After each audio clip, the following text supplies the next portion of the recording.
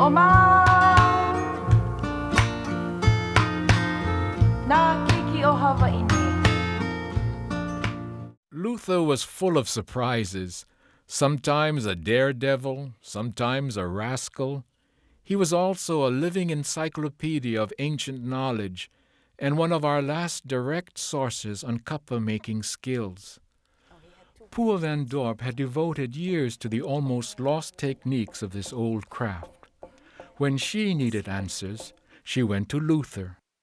I asked him about the Vauke, which is this fiber. And he says, no. He said the Vauke was too weak in Waimanu Valley. What they did is they mixed it with the mamake. So I said, what do you mean? And he says, well, in Waimanu Valley, the Vauke, apparently the variety that they used was weak, a weak variety of, Procenicia. And said they made the mamake, and on one side you'd have an entire kapa like this, and on the other side, they would put two kapas together, like this. Very clever. And then they'd press, beat it together so that when you see one side mamake and the other side you see Vauke. So that gave it the strength. So I said, oh, Uncle Luther, if you only know what you did for me, because I've been studying for 14 years and I suspected that there was Vauke on one side. Under the microscope, I do all my work.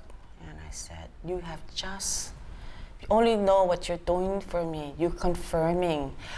You're my only live informant, that I've ever met. And I said, for you to confirm my work, well, it makes it all that nicer. He says, well, you know what, Pua? You know how come I know so much? And I said, what? He said, when I was a little boy, and Tutu Grandma and Mama and all of them used to sit on a porch in one circle. He said, I used to sneak up behind them, and I never made one word. I never made one sound, he said. And he said, I used to listen. That's all I did was listen. And he said, that's why I know so much today. Another area that Luther was outstanding in was the Hawaiian language. Old folks that knew Luther and who spoke the language well would agree that Makekau had a grasp of the Hawaiian language that was very difficult to match. And he would sometimes listen to some of the young people and criticize their pronunciation.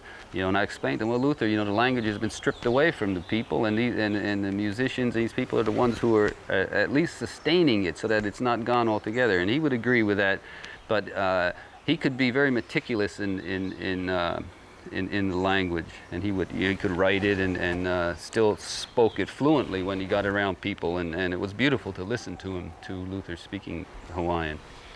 He drew upon his rich Hawaiian heritage to espouse the wisdom of the Hawaiian ancients. He shared that with few people. And those who perceived who Luther really was, I think, are the beneficiaries. His knowledge included the lore of our long dance tradition.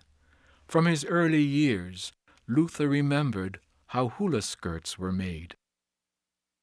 After we gathered all of these how boughs, we went back to the house, and he showed me how you cut them off carefully, and then you soak them in a solution of water and bleach, and then they had to be stripped very carefully. And once they were stripped, then you split them, and so you came up with this shining, magnificently light colored, just slightly off white, of maybe an inch strips of this how, and then he tied it and did the whole thing was absolutely splendid. It was the original kind of material of the hula skirt. And so when you saw the dance, you saw this thing swaying just rhythmically. It was beautiful. The sound itself was magical of the hula skirt. Whenever there was a gathering, Luther wanted to sing.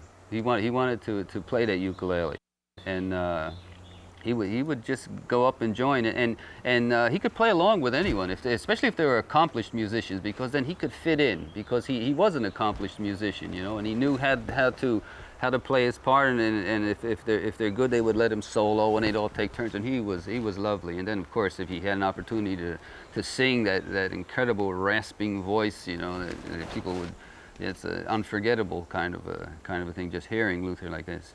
Taro, the different taro plants. Oh, he was knowledgeable, you know.